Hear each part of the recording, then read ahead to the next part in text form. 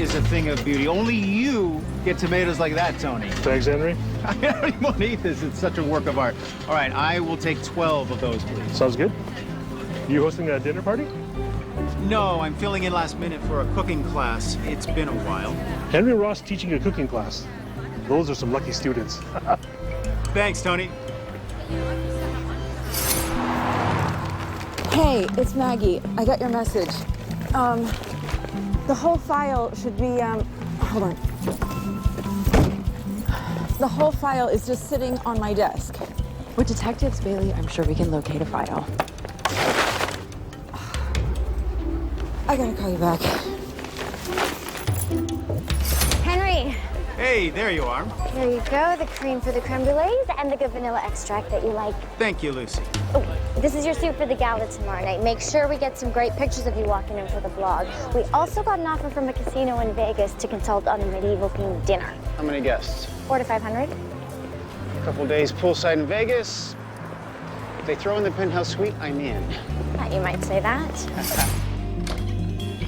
Hey, guys. I'm home. Hey, Mom. Hi, honey. How's school? It was good. Good? I am running late. Guess it's gonna be spaghetti again. Sorry. I got dinner. You start getting ready for your date. Are you sure? Thanks, Mom. I literally have 20 minutes to make this happen. Well, make yourself beautiful, like you are. Thank you. Oh, and Peter Duquette called. He wants to meet tomorrow at noon down by the wharf. Strange. Can you say what it's about? He wouldn't tell me, but he sounded really upset. You did, huh? Well, tell him yes, of course I'll meet. All right, let's hurry back. I gotta start prepping for tonight.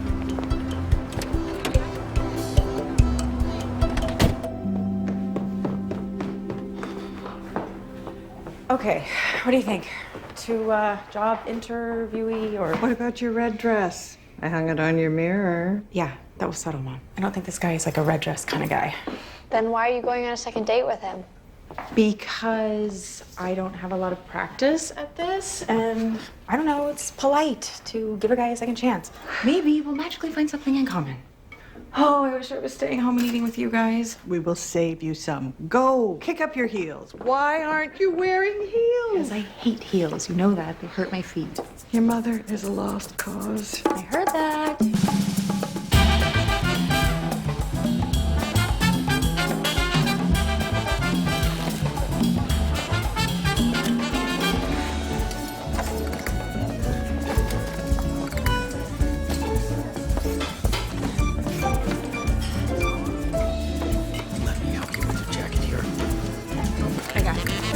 So, just give me a second to unhook it. Okay, let's get started. Now, I'm very excited for this evening's guest teacher. You know him from his hugely popular blog, The Gourmet Detective. I'm thrilled to welcome to Mike's Chopping Block Kitchen tonight, the Gourmet Detective himself, my good friend, Henry Ross. Thank you. Cheers, man. Thanks. Excuse me. What is a gourmet detective exactly? Well, let's say you're a billion-dollar company and a drought halfway across the world jeopardizes the key ingredient in your #1 selling food line. Millions of dollars are at stake. Now, if someone could provide the key substitute ingredient that no one could tell was different, true story, by the way, you might not only call him a detective, you'd probably call him a pretty good one. But you're still not dealing with actual dead bodies, just to be clear. No offense. Not so far. Now, who here loves to cook? I do. Let's get started.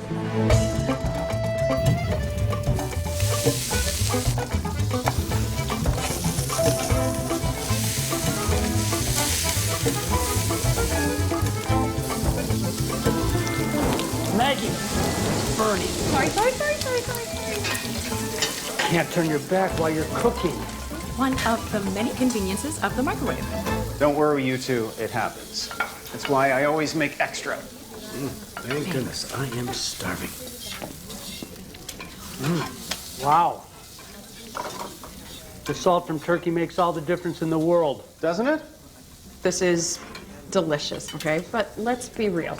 I barely have time to get dinner on the table, much less be running around the city looking for Turkish salt. Fair enough. If you're stressed for time, you can't do it all. But that's why paying attention to the little things, like the temperature on your burner, is so critical. The more alert you are in the kitchen, the more alert you may be in real life. Okay. Is this the time when you tell us about your incredible observational powers and how they save Starbucks from going under? Right.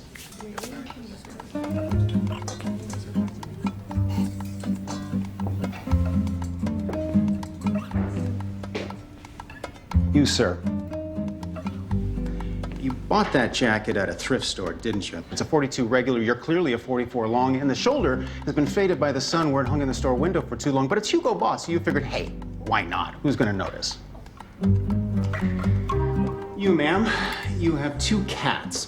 One a calico, the other a Persian. And judging from the traces of hair on your right sleeve, you're also right-handed, and you use that hand to pet them while you're watching TV on the couch. He's right. How about us? I generally don't like commenting on couples. Go on. I'm just not sure she's over the divorce yet. How do you know that I'm divorced? You keep rubbing your ring finger. And judging by the homemade yet slightly complicated bracelet, you have a young girl at home. I'm guessing maybe 12 or 13? I bet she's openly supportive of you dating again, but secretly loves having you all to herself. Am I in the ballpark?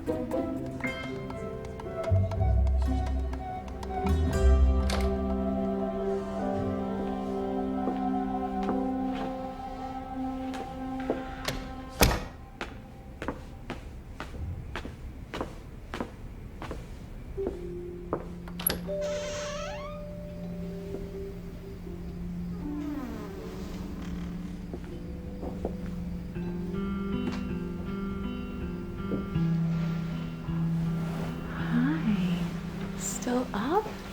Yeah, I couldn't sleep. So, how was it? Well, we parted as friends. Truthfully, I don't think I'm going to be going on any more dates anytime soon. Oh, well, I just want to let you know that I'm okay with it if you do. Are you sure? It's been over a year since you and Dad... You know, Grandma says it's good for you to get out there and have some fun, and I just want you to know that I'm okay with the idea. Come here. Thank you. You know you're the most important thing in my life, Abby. Yeah, I know. Try to get some sleep, okay? Good night.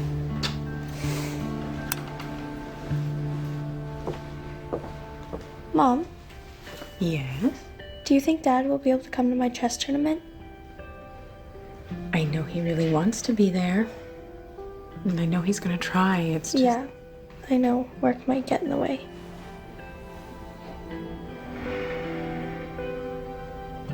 I love you.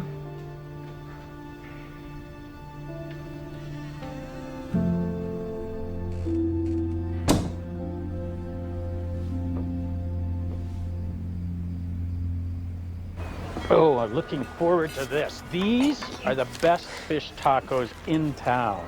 Pauline, your uncle and I, we've been coming here for 20 years. That's how good these tacos are. So, why don't you fill me in on what's going on? What's with all the mystery? Someone is sabotaging my restaurant. What do you mean by sabotage? Shipments have been diverted. Always vital ingredients for specific popular dishes. The labels on spices have been swapped. Rats were found in my pantry on the morning of a visit from a food inspector. And you, of all people, know I keep a clean kitchen. That's not all. The other night, they stabbed a picture of us with a knife. Left us some kind of message. I'm worried about our safety, but I can't go to the police. Because if they're involved, the public might hear about the rats and the cockroaches, and then I will have to close down, and that's exactly what this person wants. So how can I help?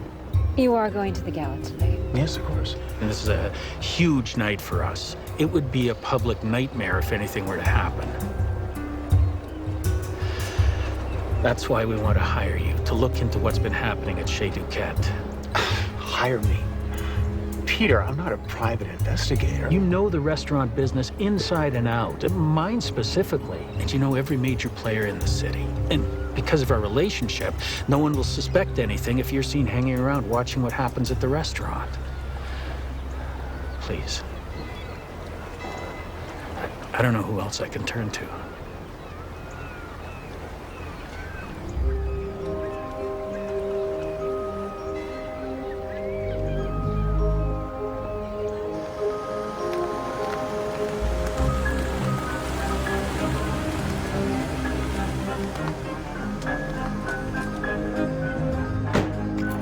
Thank you.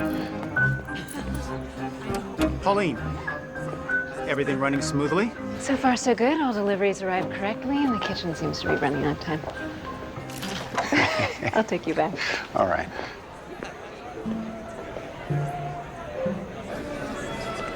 Raymond Bishop is here. You know, after all these years, your uncle has still never told me what their feud is about. I know, but what can we do? Raymond owns Fillmore Bistro and is part of the association, so he automatically gets an invitation.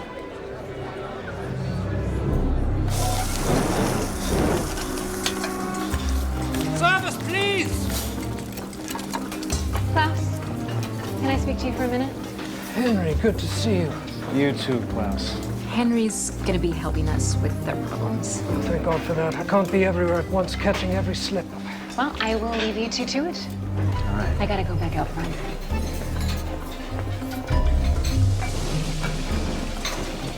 Everybody's reputation is on the line here. I don't know what to do. These aren't accidents. Health inspectors don't usually announce their visits. How would somebody know when to plant the rats? Our inspectors keep a rigid schedule. We mark him on the calendar. So only somebody familiar with this restaurant and its operation could have known the inspector's date. That's what I'm worried about. And all of the delivery mishaps, the access to files and labels would require the same insider knowledge? Exactly. I see.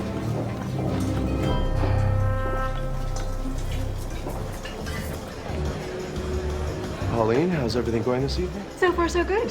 Sally, have you met Leighton Leopold? He's the chef at Fillmore Bistro. I don't believe I have. You're the cookbook author that says eating out is a complete waste of time and money, right? Oh, well. Why don't you come by the restaurant? I'll prepare you something that will make you eat your words. Sounds like a challenge. It is. Okay. See you at dinner.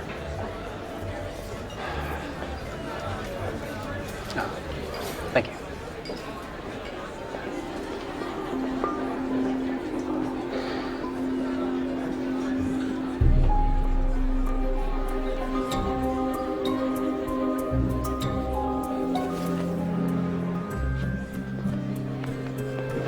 Henry, can I have a word with you, please? Of course, Raymond. How are things at Fillmore Bistro? Not good. Something strange is happening at my restaurant. What do you mean? Shipments are going missing. End-of-night receipts don't add up. Ingredients are ending up in the wrong containers. It may be paranoid, but it's almost as if I'm being Sabotaged. Gentlemen, we're starting the meal. Can we continue this later? Yes, of course, Raymond.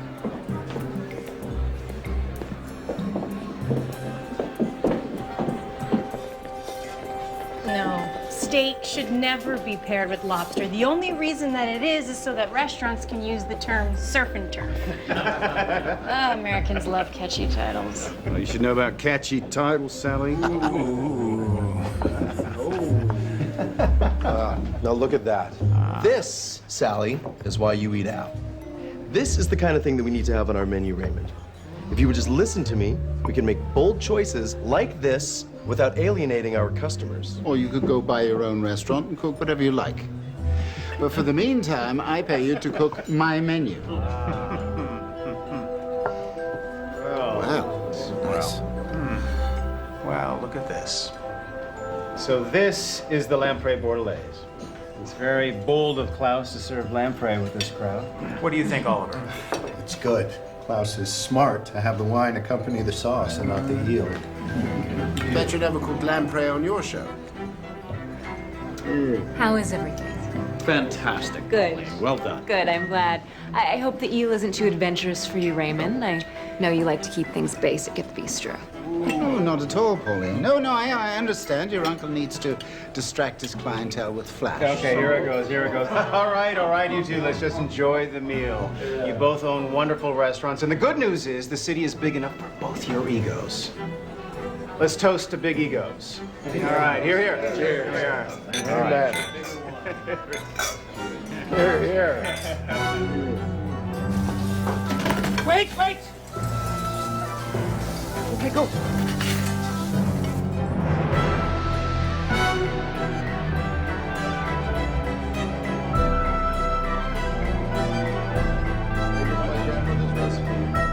I never perfected it. Excuse me, everyone. May I have your attention? My name is Ian Jenkins. I'm sure many of you are familiar with my investigative news show. What is this about? I have no idea. I've been working on an investigation for several weeks now. What I'm about to reveal to you will shock many of you in this room. Tonight, I'll put it together. I finally have the proof. I can prove that. I can prove.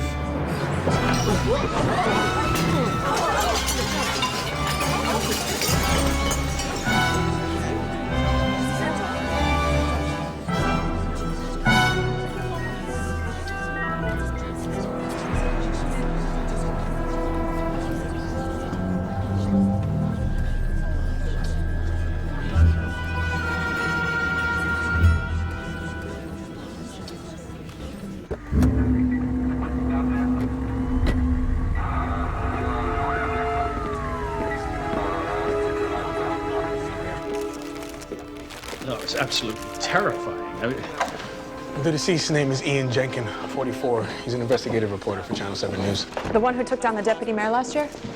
That's the one. Do you have a cause of death?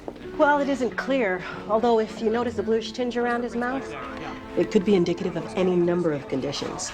Viral infection, heart attack, pulmonary embolism. Any prescription bottles in his pockets to suggest a medical condition? Nothing in his pockets. Checked myself. Witnesses say that Mr. Jenkins was giving a speech when he became disoriented and collapsed. There wasn't any sign of chest pain, he just hit the floor. Could it be food poisoning? Well, could be. If it is, it's one of the most severe cases I have ever seen. Okay, well, until you give us the toxicology results, we better treat this like a suspicious death. I can't believe he's dead. Are you all right? Can I get you anything? Excuse me, are you Mr. Roth? You. I know you. You're the woman from the... Detective Maggie Price. Detective? Mm-hmm. Ah, now it's all coming together. I mean, it's a curious thing. I was Spare me brought... the long version. All I want to know is one thing. Were you a witness to what happened? Well, yes, I was.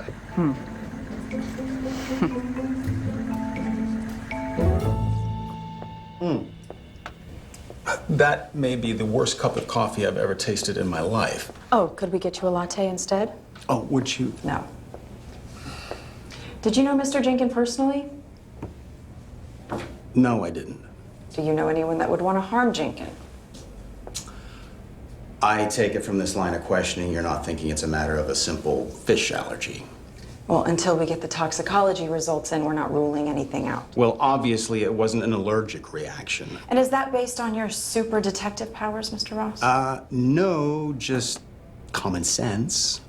Look, number one, Mr. Jenkins didn't exhibit any classic choking signs of anaphylaxis associated with severe allergic reactions. And number two, if Mr. Jenkins were allergic to fish, he probably wouldn't be eating the eel in the first place, now would he? Eel's a fish. That makes sense. Now, what most people don't understand, Who is this guy again? Henry Ross.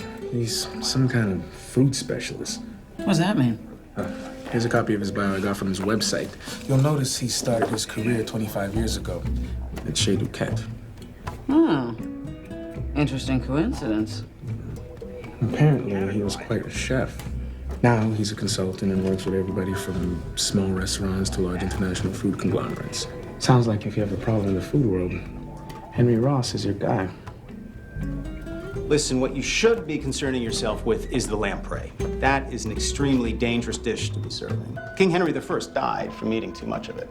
At least that's the official story. I believe it was from improper handling. But if lamprey is not prepared correctly and all of the natural toxin removed, that is a fish that kills quickly and quietly. Quickly and quietly, huh? Well, that sounds like the perfect weapon in the right hands. How long have you been working for Raymond Bishop at Fillmore Bistro? 7 or 8 years. What can you tell me about his relationship with Peter Duquette? They can't stand each other. The thing is with Raymond is that he won't listen to anybody. He's terrified of change. He's probably threatened by Peter because Peter keeps Chez Duquette relevant by trying new things. Mr. Bishop, is it true that your restaurant, Fillmore Bistro, has been experiencing some strange mishaps? Things that, if not caught in time, could perhaps damage your business? Yes, that's true. How did you know? Is it also true that you and Peter Duquette have a strong public dislike for one another?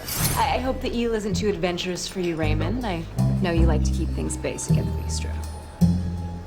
We have a healthy competitive rivalry, that's all.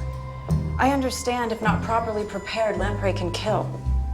Seems like a pretty risky meal to serve to 50 people. I assure you, the lamprey was safe. I oversaw every step. From ordering, delivery, and preparation, no one had access to the eel except for me. So you're saying if anyone tampered with the lamprey, it had to be you? Why would I do that? I've spent 20 years building my career as a chef. This is going to ruin me. Why would I destroy my own career? Did you know the victim? No. I mean, on TV. Yeah, like everyone else. Do you think he might have had any enemies? The guy made a living investigating people. I'm sure he had a list of enemies. What about this Henry Ross guy? Do you know him? Sure, he was on my cooking show. Why? Of course I know Henry. Every owner in the city knows Henry. I've known him for years. Why?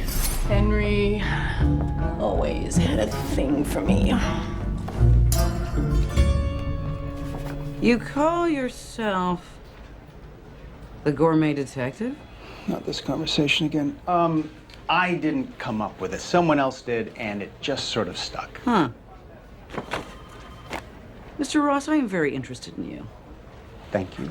Maybe you want to explain to us why the one name that keeps coming up is yours. People like me? Assuming for a minute that the deceased was poisoned, whoever did this would need to understand the intricacies of preparing and serving eel. They would need to understand lamprey poisoning. Did you know that lamprey killed King Henry I? Apparently. Wait a minute. Am I a suspect here? Until we understand exactly what we're dealing with here, all I know is that there is one common denominator in all of this. And that's you. Okay, I think I'd like to talk to my lawyer. Oh, sure, lawyer up. Nothing suspicious about that. Price, relax. No, I've got your bio, Mr. Ross. And I don't see a motive for you, yet. But I do think that you could be very useful to us, especially given your long-standing history with Mr. Duquette and his restaurant. I would like you to consult on this case. Wait, what? I spoke with Mr. Jenkins' station manager. He was working on some kind of a food industry expose, but nobody knew the details. Now, that dinner had every major player in the San Francisco food scene, and if I was a betting woman, I'd say that the target of Jenkins' investigation was in that room and knew that he was onto them. If this turns out to be a murder investigation, I want you and Price working as a team. You have invaluable insight and context into this industry that we simply don't have. Okay, Captain, that is so not necessary. We have more than enough resources. We do not need to include, Henry. Whatever. Can we please just think about this? See, now fortunately for you, I already have. End of discussion. Okay, look, I am really flattered by all of this, but I do have a rather substantial daily fee, so... Let's consider your payment staying off my suspect list for now. Done. Good. Okay. Be here in the morning and Maggie can start walking you through what we know. Captain, this is not a great idea, okay? I am more than capable of doing this by myself without dragging him along. Duly noted. I will see you in the morning, Price. With Mr. Ross.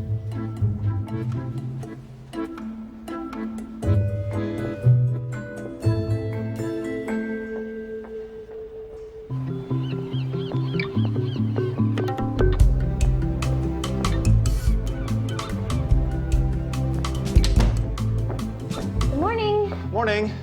Just jotted down a couple of ideas for the blog for you to research. You excited for your first day as a real detective? You have no idea. What's in there? Just a little treat for everyone down at the station. Well, have a good first day. Play nice with the other detectives. Wish me luck.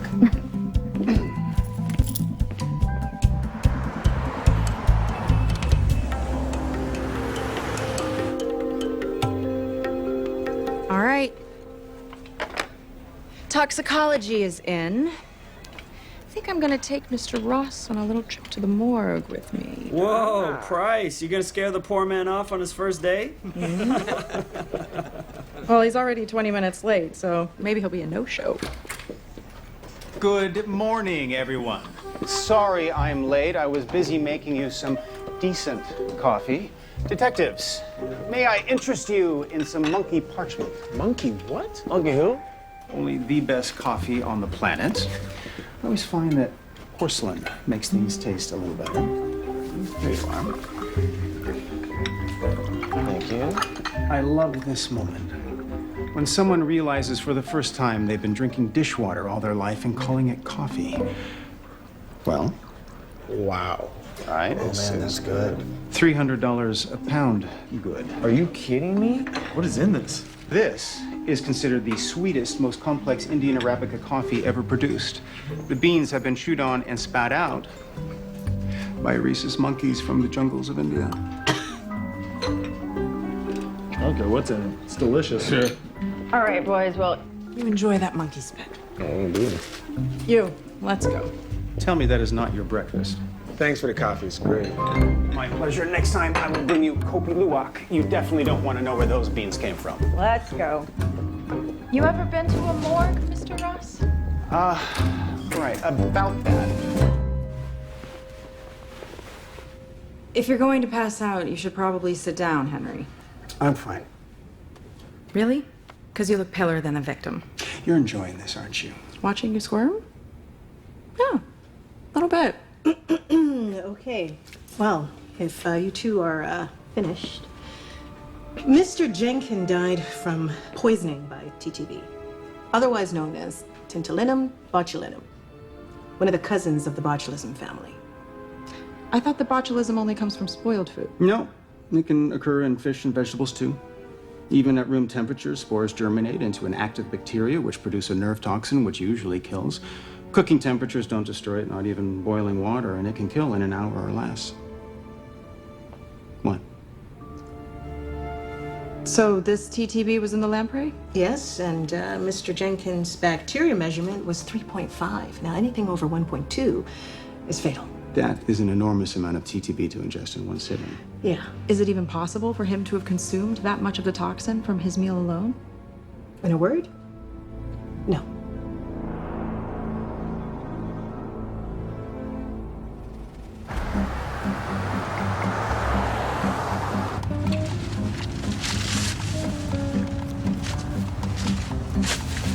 Can you please leave my trash alone? You know, your body is a temple, but you treat yours like a dumpster. I mean, don't get me wrong, you look great on the outside, but Hey. seriously. We're not buddies. You know that, right? So what I eat, what's in my car, and especially what my body looks like, that is none of your business.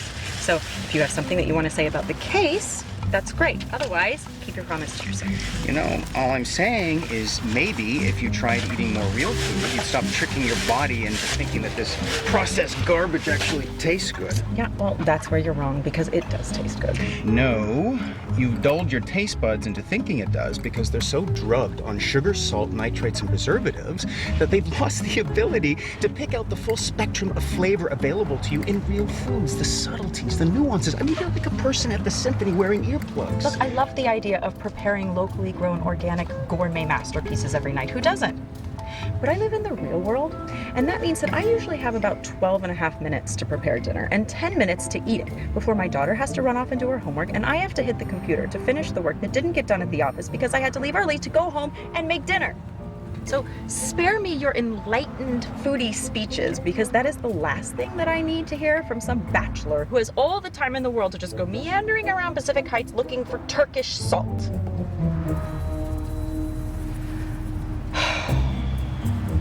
What makes you think I'm a bachelor? Lucky guess. Now, how about we just keep the conversation about the case, okay? Fine, sounds good. Great.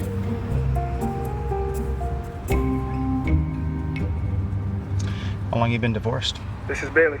Hey, Bailey, it's me. The victim had enormous levels of TTB in his system.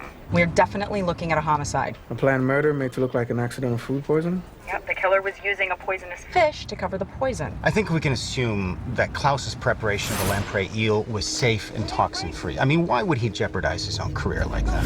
No. The killer cultivated the TTB from a second separate order of lamprey and then somehow injected the poison into Ian's meal without anyone noticing. All right, Bailey, why don't you talk to the lamprey distributor who sold the restaurant the eel and see what you can find out? Got it. How are we doing on the restaurant surveillance footage? Nothing there.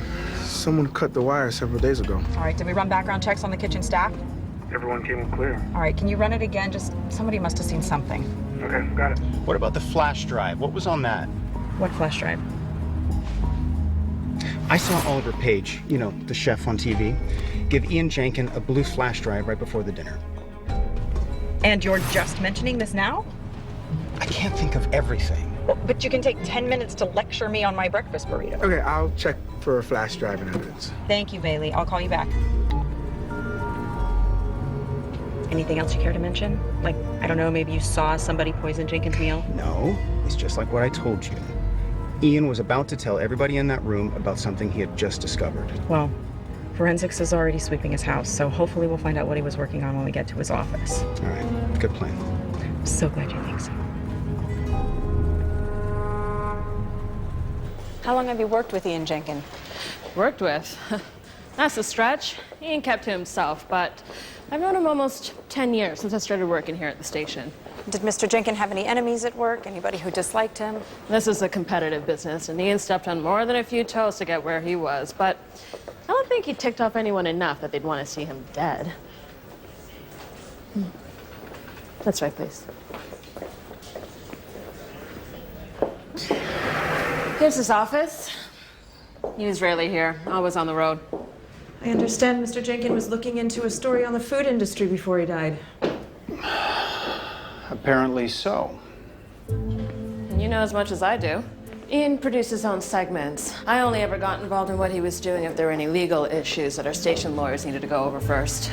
Other than that, he was kind of a one-man show. 12, 9:30, $350, AS. Does any of this mean anything to you? No, I don't think so. I mean, I know these restaurants, of course, but I didn't know he was investigating them. Yes, that could be Alex Scarponi. He was a photographer Ian would hire sometimes.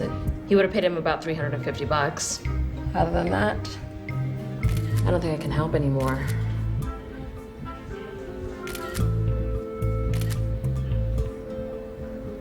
Could you get us Scarponi's contact information? Sure.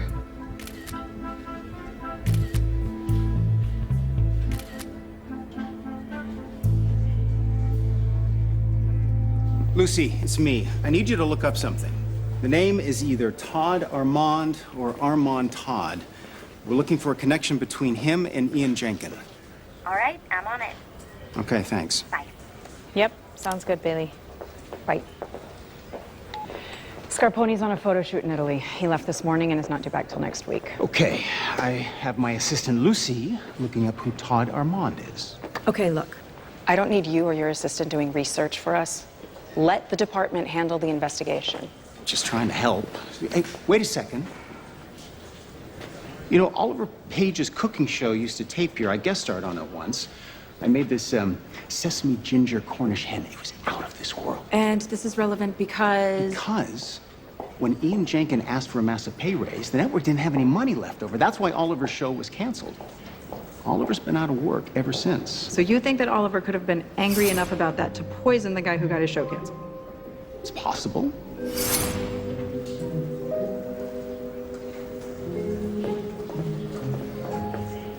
It's possible.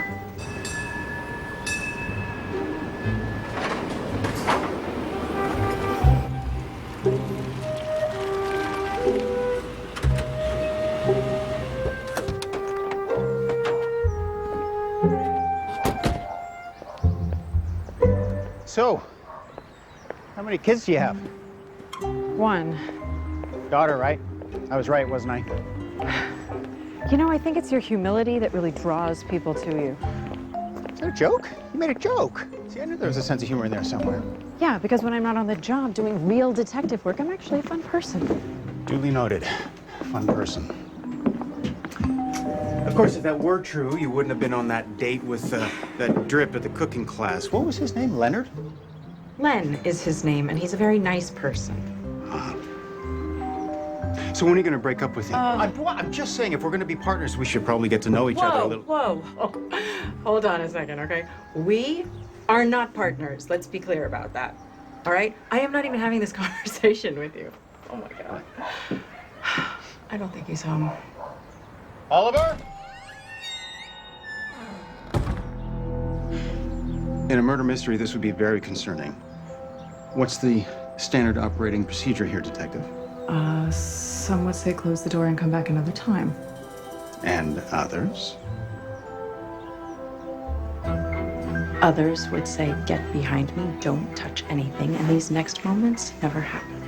I love this cloak and dagger stuff. Oliver?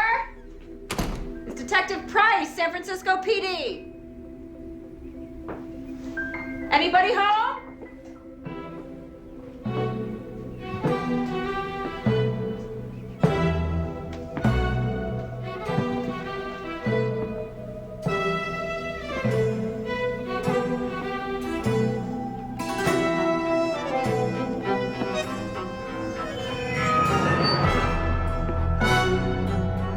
Maggie?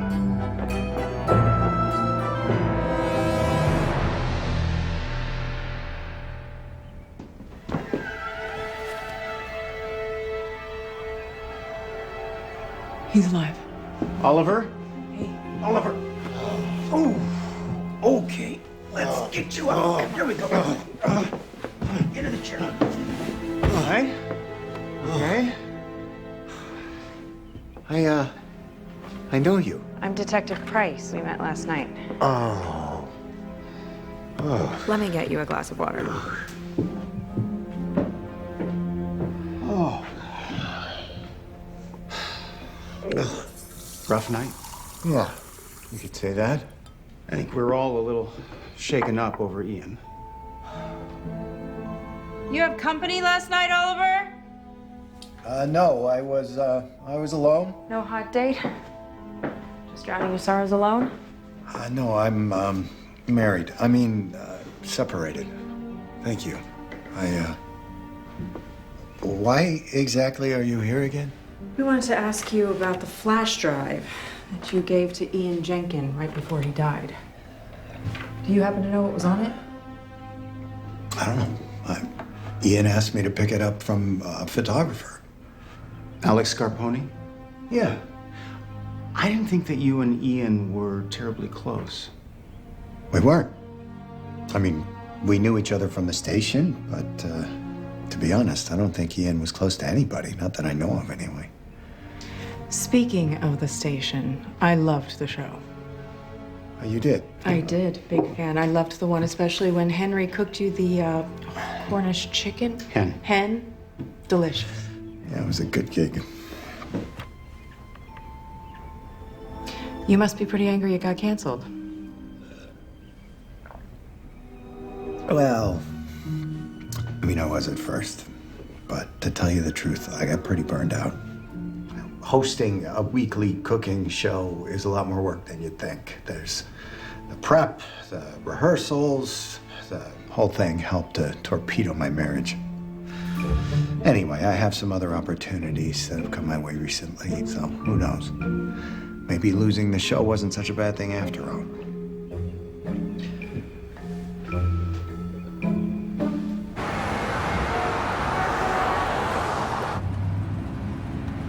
He's lying. About what? When you asked him if he was alone last night, he looked up and to the left. Classic tell. Did you read that in a book? Yes, actually, I did. I have a little soft spot for crime fiction. Chandler, Rendell, Le Carre, I've read them all. You know, you'd be amazed at what you can learn from reading a book, Detective. Oh, yeah? You know what's really amazing? Actual police work. He was lying about being alone. Is that lipstick? Yep. Where did you find that? Not in a book. We need to check it for prints.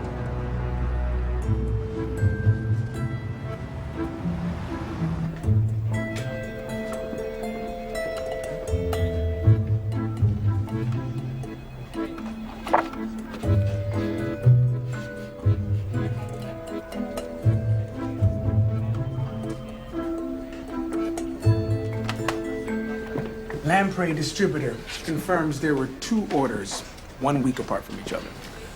Told you. Do we have a name that goes with the first order? Negative. It was paid for in cash by John Doe. No security cameras for an ID, and the distributor doesn't really remember what he looked like other than that he was a man. So I take it we won't have much luck in tracking down a John Doe who pays for his fish in cash. Maybe the victim was doing an investigative report on Chez Duquette and all the crazy stuff that was going on, and Peter was so scared of all the negative publicity that he killed him. No. Listen, I know Peter. He would never hurt anyone. And besides, think about it. A dead customer just draws negative attention to your restaurant, all right? It doesn't make sense, which is why I also don't think Klaus could have done it. A poisoned customer points the finger at him. It makes no sense. Well, we also have another problem because Oliver just confirmed that he did in fact give Mr. Jenkins a blue flash drive that there was no evidence of at the crime scene. So where did that go? How could it go missing? Are you sure it's not in evidence? I checked all the victims' pockets at the crime scene myself. They were all completely empty. Trust me, there's no flash drive in evidence. Do you remember anyone being near the body before the police arrived on the scene? Well, we all immediately surrounded him, of course, to see what we could do to help, but I don't remember anyone going into his pockets. Not that they couldn't have later when I wasn't looking. I thought nothing escaped your keen observation. You know what I noticed? You got a button missing on your jacket. You might want to get that fixed sometime. The fingerprints just came back on that glass. You're not gonna believe this. They belong to Pauline Duquette. She's in the system? She was arrested at a political rally at Harvard 12 years ago. This just got interesting. Let's go find her. Nice work, Monroe. Thank you.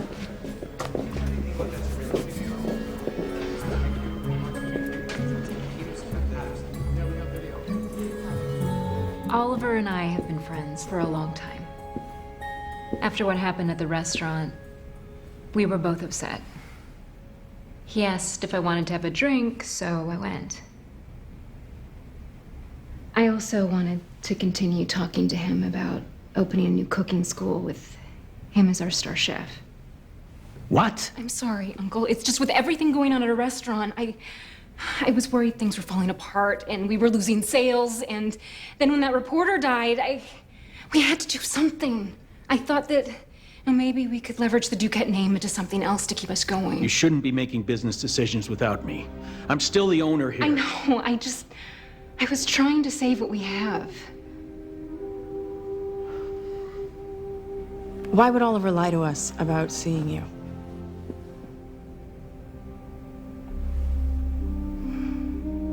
We had too much to drink, and things got out of hand.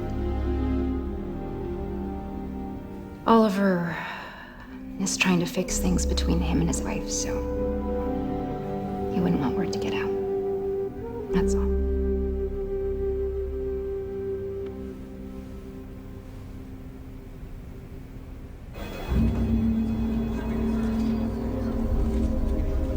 So, we've been able to clear all friends, family, and coworkers. Anyone that Jenkins nailed from his investigations is either still behind bars or has been ruled out. We spoke with Scarponi in Italy, and he said that Jenkins just wanted everyone that was associated with Fillmore Bistro and Chez Duquette to be photographed. He states he never witnessed anything unusual, and everything he photographed he put on that flash drive and handed over to Oliver Page. We still don't know who Todd Armand is or Armand Todd. As for 12 to 9:30, that could be 12 to 9:30 as in a time frame or a 9:30 appointment on the 12th. Jenkins was murdered on the 12th. Maybe he was meeting this Armand guy on the 12th at 9:30 in the morning. All right, we still don't have anything that ties Jenkins to anyone from that dinner. Wait a minute. What if we're looking at this all wrong? What if the murderer weren't after the reporter? What if the intended target was actually Peter and his restaurant? Who would benefit the most from Chez Duquette going out of business? Peter's rival, Raymond Bishop. Exactly. Everybody knows that they hate each other. Who better than Raymond to know how to sabotage another restaurant? But wasn't Raymond's restaurant being sabotaged too? Well, that could be a cover to throw us all off. That's right. Jenkins could have discovered Raymond was sabotaging Chez Duquette. He confronted Raymond with his evidence. Raymond panicked, poisoned him at the dinner, thereby silencing the investigation and putting his hated rival out of business. Killing two birds with one stone. Bam! Oh, boy. Okay, this is how it works. You keep an eye out for anything suspicious and let me do the talking. If Raymond cultivated the toxin at his house, it's more than likely there'll be trace elements left. Forsyth's assembling a forensic team right now, okay? Can you stay behind me, please? Okay, fine. Raymond Bishop, San Francisco PD.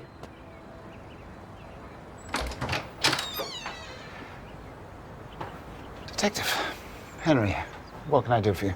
Mr. Bishop, we have some questions for you. May we come in? Well, it's, If you prefer, we can take it down to the station. No, that's fine. Come in.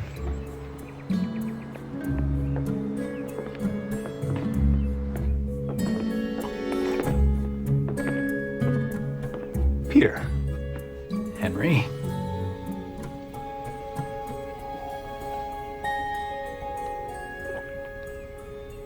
We've been friends for 40 years.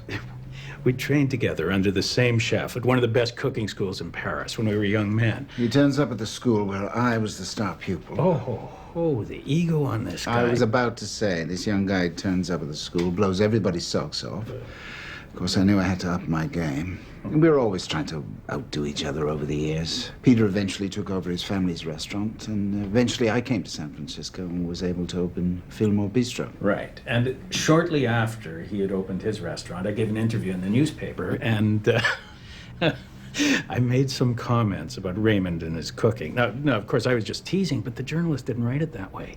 And all of a sudden, it became this huge rivalry. Yeah. But instead of hurting business, I mean, customers were flocking to the restaurants to see what was going on. Right. Business was booming, so why set them straight? So you never wanted to ruin Peter? Of course not. No. As a matter of fact, he's been trying to keep my spirits up. I don't know. With everything that's been going on, sometimes I wonder if I should just retire, just pack the whole thing up. Yeah, I've been wondering the same thing. This business, it's just not the same anymore. Thank you, gentlemen.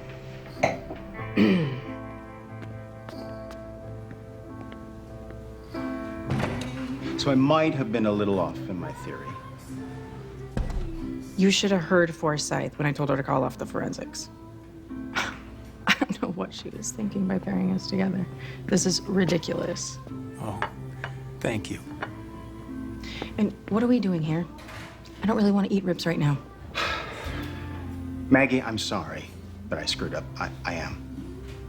But I brought you here because I wanted to show you why this case means so much to me. When I was a teenager, shortly after I started working for Peter, he saw something in me. And so one day, he brought me here. And he pointed to that gentleman right back there. That's the owner. Had this place 50 years. Peter told me, Henry, it doesn't matter if you work in a high-end establishment like mine or a little place like this. If you bring the same passion and care to your cooking that that man brings to his, you will be a success in life. no matter the size of your bank account.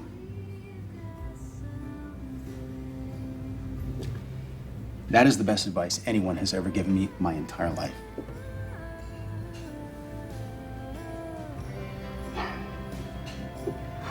And I also brought you here because we didn't get lunch. These are the best ribs you're ever gonna eat in your entire life. I'll see about that. There's no way around it. You just gotta dive in and get messy. I'm not afraid.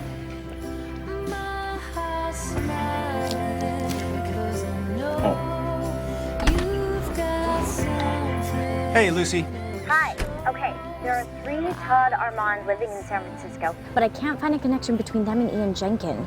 I did have an idea for this week's blog, though. What about food poisoning? 48 million people get food poisoning each year in this country. 3,000 of them actually die. We could call it the secret killer lurking in your fridge. I like it. So how's the case going?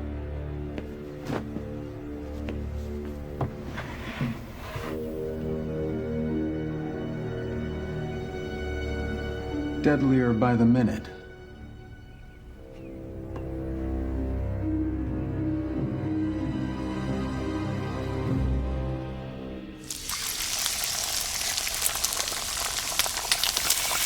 Drop the case and you're next? You have to tell Maggie. No way. If the police think I'm in danger, they're going to take me off the case, and I'm not going to let that happen. I promised Peter that I would get to the bottom of this, and that's what I'm going to do. How can you eat at a time like this? It's not for me, it's for you. You know I think better when I'm cooking. Voila. Best perk of my job. Yeah? Mm-hmm. Henry, this case is getting serious. I don't want anything to happen to you. How am I supposed to find another job where I get to eat this well?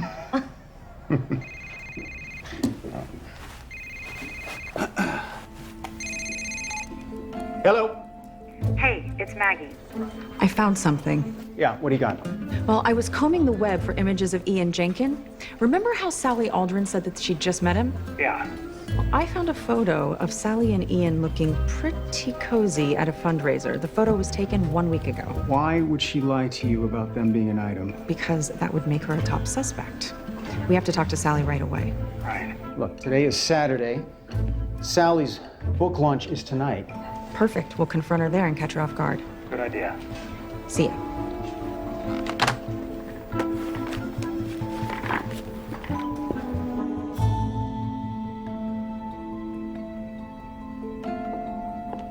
It's funny, Maggie didn't mention she had a new partner. Oh, no. No, we're not partners. I'm just a consultant. Mm-hmm. You know, my mom never takes us long to get ready. You sure this isn't a date? Oh, no. Definitely not a date. Wait here. I'll go check on her.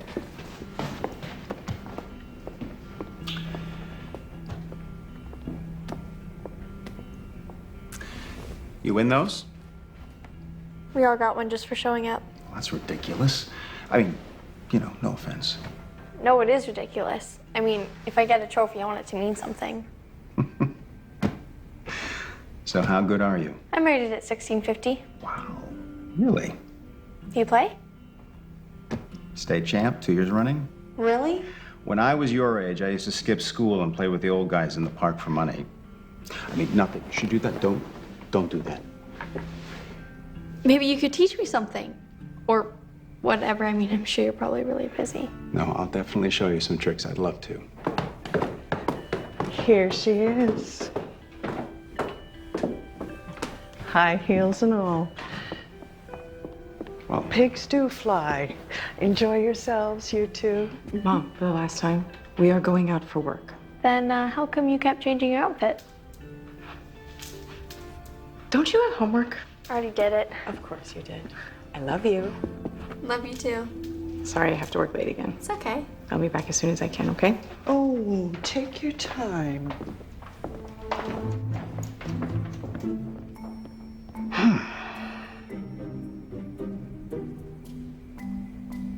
So, let's go crash a party.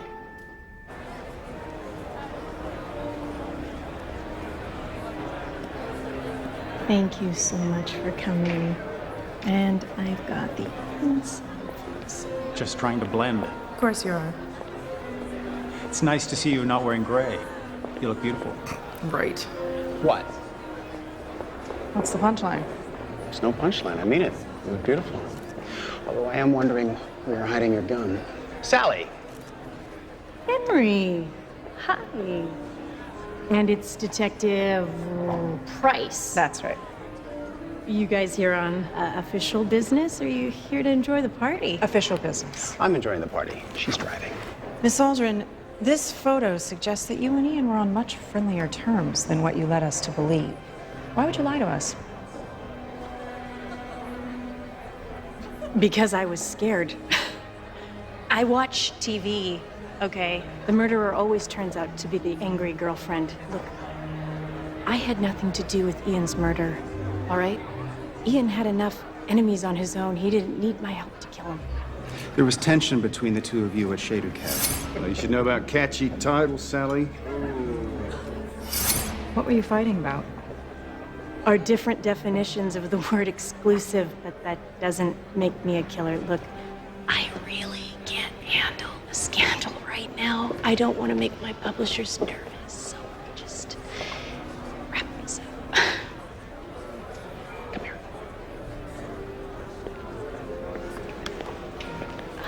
Okay. Sally, word on the street is that you're being wooed by another publisher. I know things. What other publisher? You mean my talks with Leighton? Leighton Leopold? The chef at Fillmore Bistro? Yeah. Leighton came to me a while ago. He said he was starting his own line of cookbooks, mainly featuring his own recipes from Fillmore Bistro. He said that he was coming into a lot of money and that he was getting ready to buy the restaurant from Raymond. Wait, Leighton said this. Yeah. He said Raymond was ready to retire and that he was tired of running the business and all the hassles that came with it. Thought he was going to get a pretty good price on it, too. I think they were having problems. Did Leighton say where this money was coming from? I didn't ask. I'm not looking to expand. As you can see, my publishers treat me pretty well. I really should get back to mingling. Sure. Just, Yeah. Don't leave town.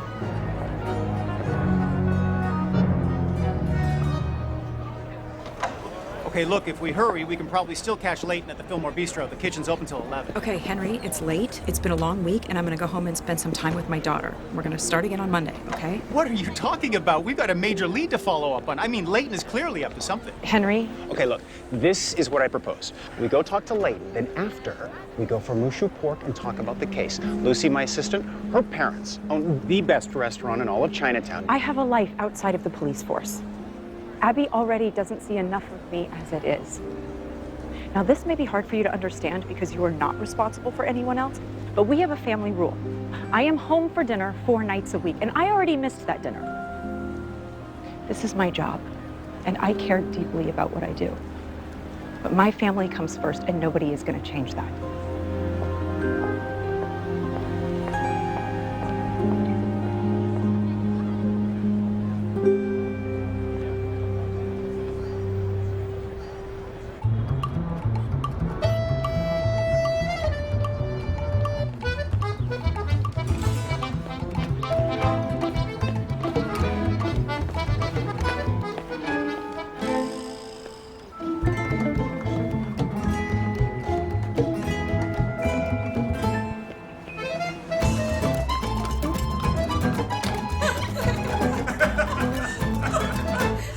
Seriously, I'm right there in the middle of the palace with soaking wet shoes. It was ridiculous. I thought they were going to throw me out of the country right there. Thankfully, they didn't. I mean, I was invited back, but hey. What are you doing? How was your run? What are you doing here? He's making breakfast. You have got to try these omelets. They're insane. Do you know Henry has traveled all over the world? Tell my mom a story about the bull in Spain. Yeah, now may not be the best. He was gored by a bull. Minor goring. Show her the scar. It's fine. I don't need to see the scar. I'm just trying to understand why you're here when I told you that we could reconvene on Monday. Maggie. Mom? Look, I'm sorry. I wanted you to know that I heard you loud and clear last night, all right? You need to be with your family, who are adorable, by the way. Bon appetit. So I was thinking, why not do both, right? Okay.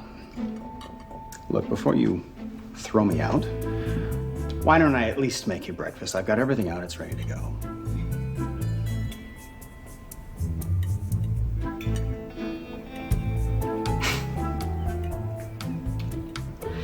Fine. Yeah? What do you like in your omelet? Everything. With Tabasco. My kind of woman.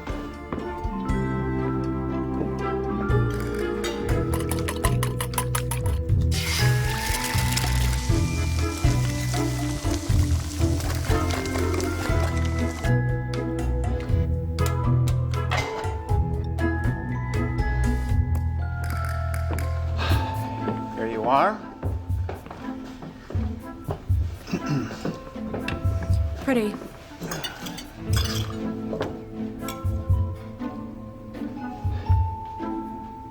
How is it? It's great. Really? Wow, you are so needy. You know that? All chefs are. What can I say? By the way, you were right last night. I don't have anything outside of work. This is all I have. Your family is great. You're a lucky woman. I know.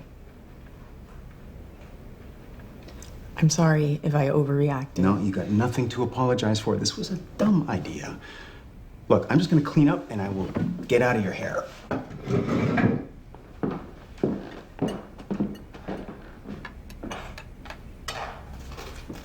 Hey, my mom was gonna take Abby out for a few hours anyway. If you want, we could go over stuff. I thought you'd never ask. Excited? Bam. Wow, you recreated the murder board in my living room. In case you're wondering, I used the photos from my cell phone. Trust me, it is exactly the same. I can see that. Okay. You think that Leighton was sabotaging his own restaurant so that he could destroy the business enough to be able to buy the restaurant from Raymond? Everybody in town knows that Leighton has a big ego and believes that Raymond doesn't give him the exposure he feels he deserves.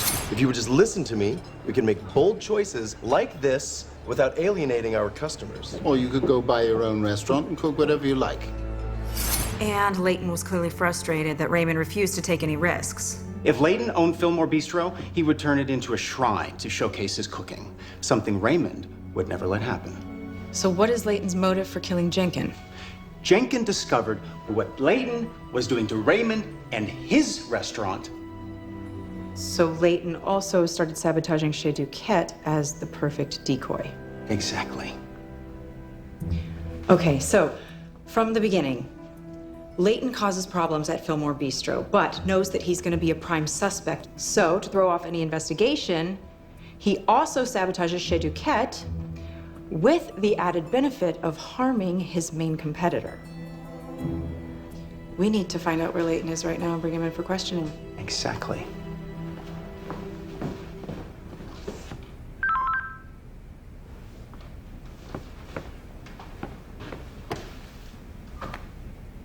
Maggie, take a look at this. I've got a message from Leighton Leopold. What? Henry, I need you to tell everyone that I never meant for this to go so far. I didn't mean for Mr. Jenkin to die, but he... Anyway, I've ended it all now.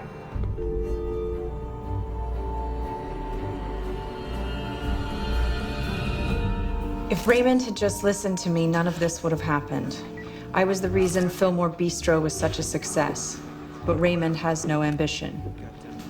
When he refused to sell me the business, he left me no choice. I began tampering with ingredients, disrupting the business, pushing Raymond to the point where he was ready to retire. I started sabotaging Chez Duquette as well, I did not order this. I got the order right here. to make it look like all of the chaos linked back to the feud between Raymond and Peter. When Jenkins began investigating what was going on, he was going to blow the lid off everything. I panicked. I knew Klaus was serving lamprey at the Gala and cultivated my own toxin. Excuse me. Can you take this drink over to that gentleman, please? Thank you.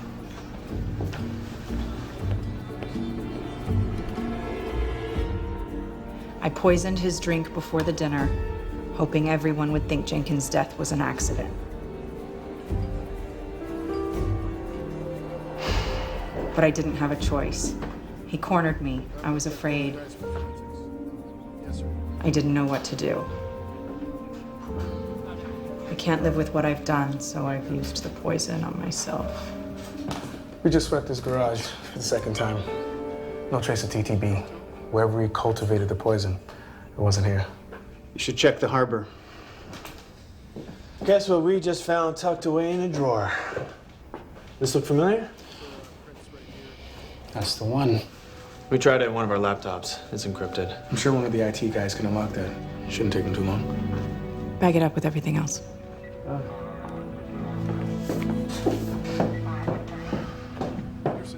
You know what I take from all this? No more seafood, man. I'm done. So that's it then? Case closed? Is it always like this? No.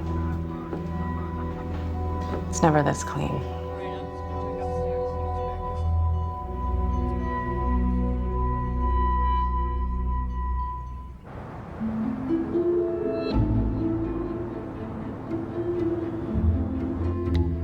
Henry, I need you to tell everyone that I never meant for this to go so far. I didn't mean for Mr. Jenkins to die, but he... Anyway, I've ended it all now. What are you doing? There's something bothering me about this message. I can't put my finger on it. Henry, I need you to tell everyone that I never meant for this to go so far. I didn't mean for Mr. Jenkins to die.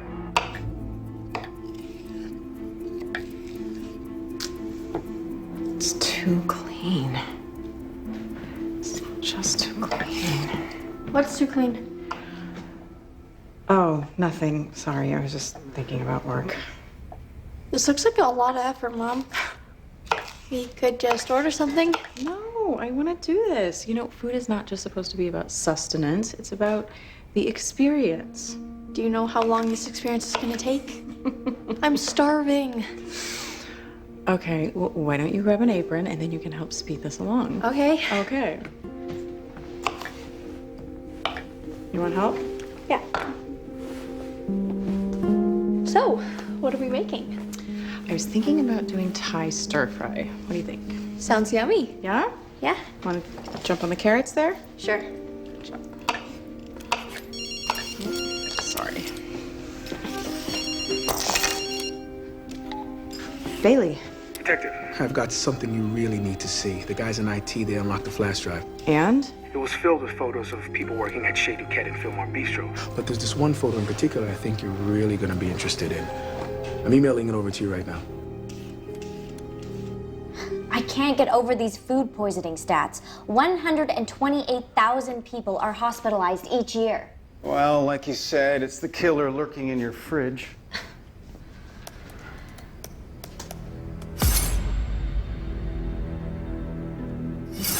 Or fridge magnet.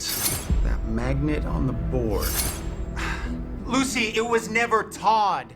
T-O-D-D. It was T-C-D-D. The O was a C. Look up a business called, Thompson, Christie, Davies, and Devine. Got it. Look at this. This is a merchant bank right here in San Francisco. Check out the address.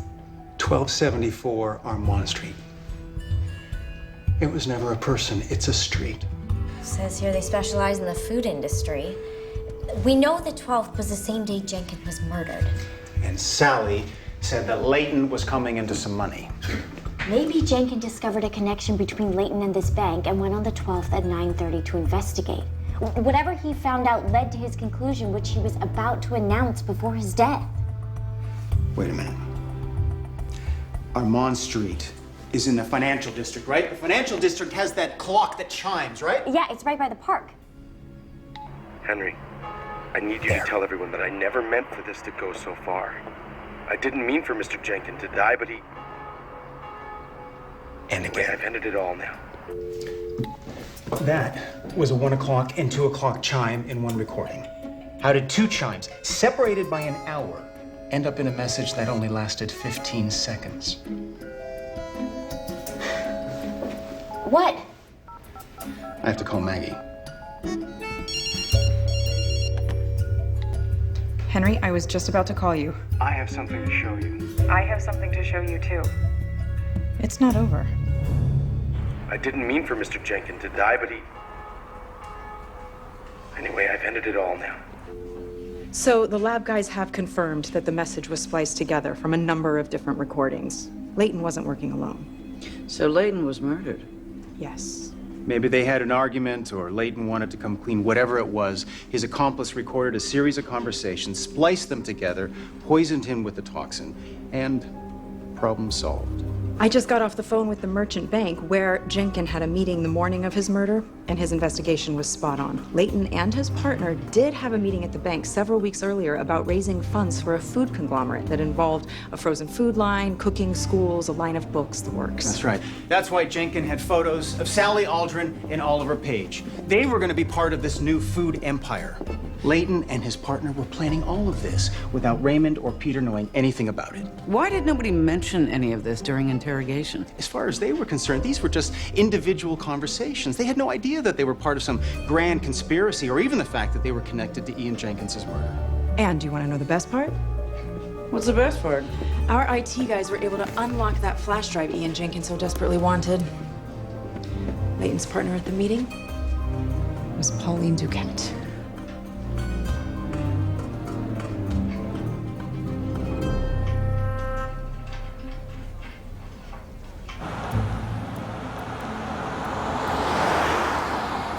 Okay, thanks. Scarponi just confirmed taking photos of Pauline and Leighton kissing. Why didn't he mention that earlier? Said he didn't bring it up because it didn't look unusual. Just two people outside of a bank like any other couple. Jenkins knew what it meant. Yeah. That's why Leighton stole the flash drive. He was worried about incriminating photos. They were behind it from the beginning. Leighton's been sabotaging Fillmore Bistro, and Pauline was doing the same thing to Chez Duquette.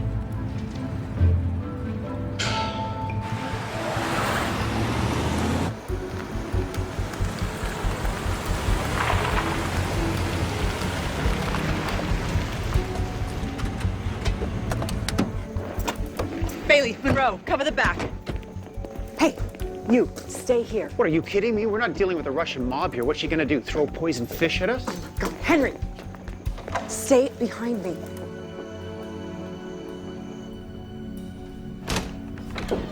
Pauline Duquette, you're under arrest for the murders of Ian Jenkins and Leighton Leopold. Excuse me?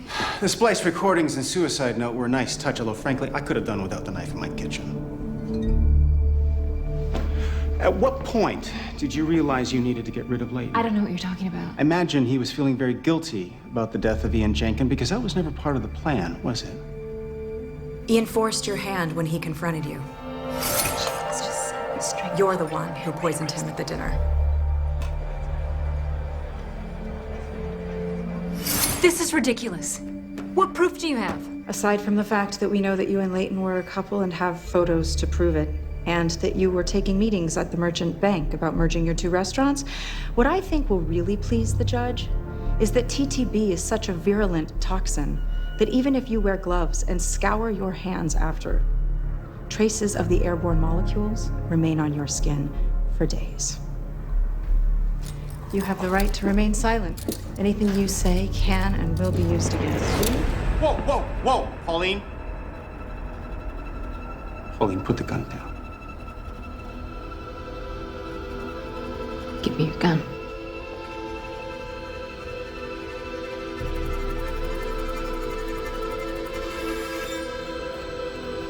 Okay.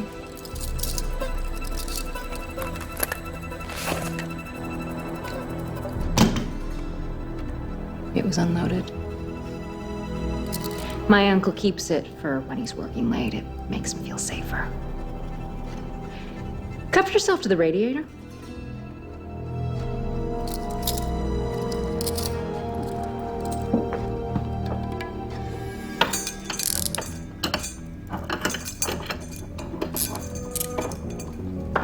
And give me the keys.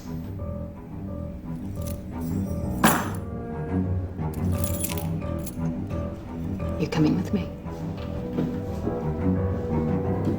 Let's go. Let's go.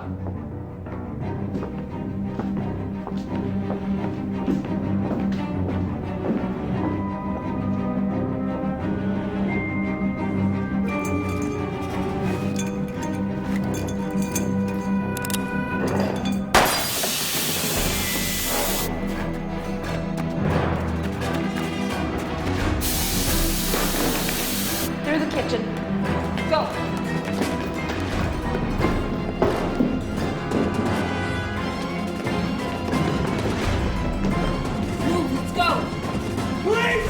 Whoa. Pauline, drop the gun. You stay back! Okay, everybody just calm down.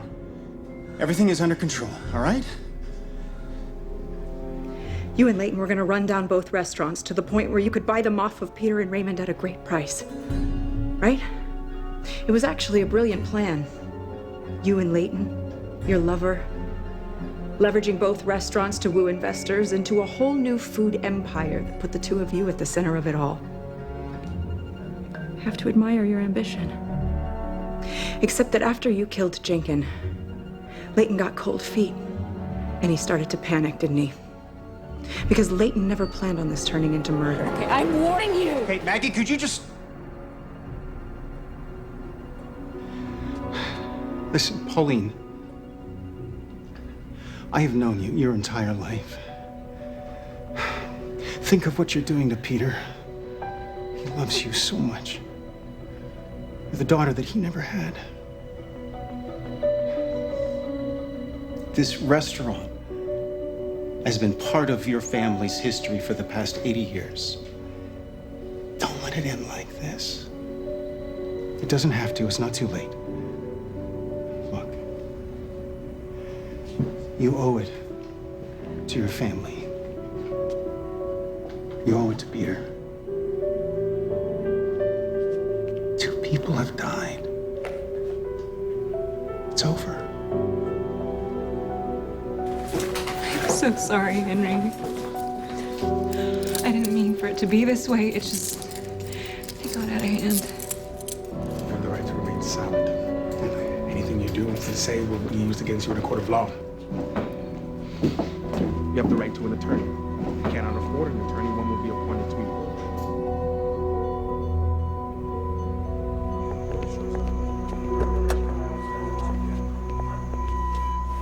No, just keep them on back.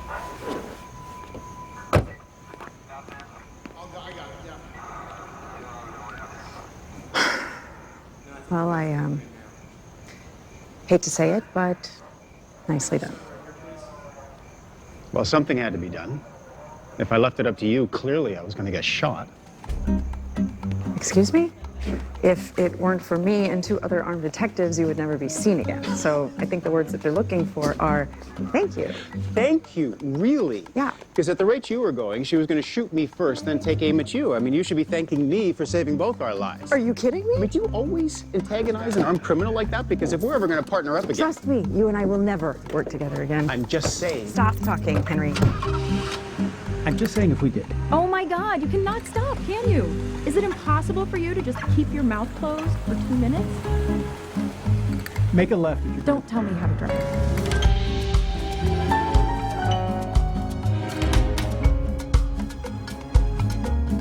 Big cheese. Parents, please be seated so we can start. Go get him, girl, okay? Once the buzzer goes and our kids start playing, there will be no talking. You'll do great.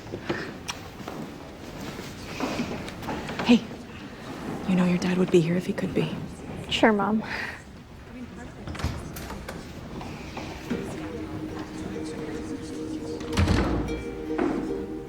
Henry! Sorry I'm late. I couldn't find parking. What? I invited him. You did? Watch your corridors. Don't bring your queen out too soon, okay? Okay, got it.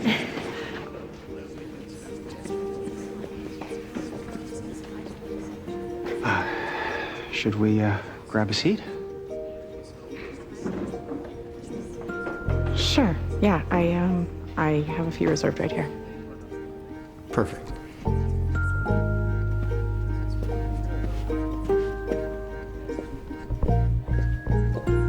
All right, players, have fun.